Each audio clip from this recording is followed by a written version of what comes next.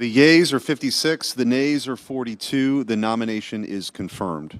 Under the previous order, the motion to reconsider is considered made and laid upon the table, and the President will immediately notify of the Senate's action. What is up, guys? Welcome on back to TK's Garage. And as you saw there at the beginning, Lee Zeldin is now confirmed as the director of the EPA.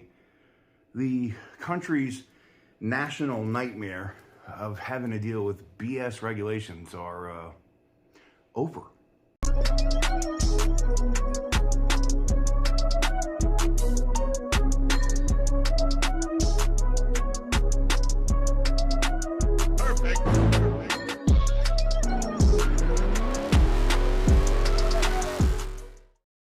So, welcome on back to TK's Garage, and if you just saw, the Senate did just confirm Lee Zeldin to the director of the EPA, 56 to 42. So that means they even had some Democrats sign up for him to be on there. Namely Fetterman, who's been interesting to watch here lately. But what does that mean? Now, we've been talking a lot about emission stuff and policy and what they were going to do out the gate as soon as he was confirmed. And well, Lee Zeldin is not wasting any time.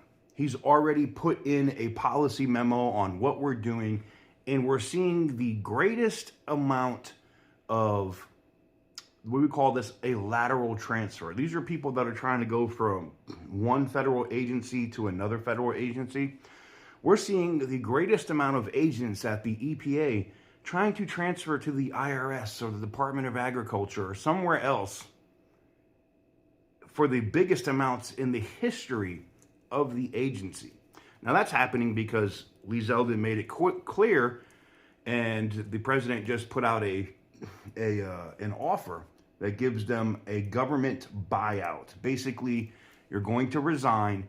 We're going to give you 8 months of pay and benefits, and we wish you the best of luck.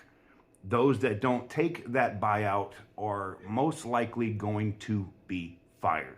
So, when can we start to see some changes in terms of the policy when it comes to emissions, drilling, maybe pipelines, things of that nature? Immediately. One of the things I think we'll see happen really quick is some of the changes to emission standards for auto manufacturers like this. They're going to roll that back. And I think they're also going to take some of these states into court under the federal supremacy clause to get rid of or keep states from making their own rules when it comes to emissions, including California, which I talked about.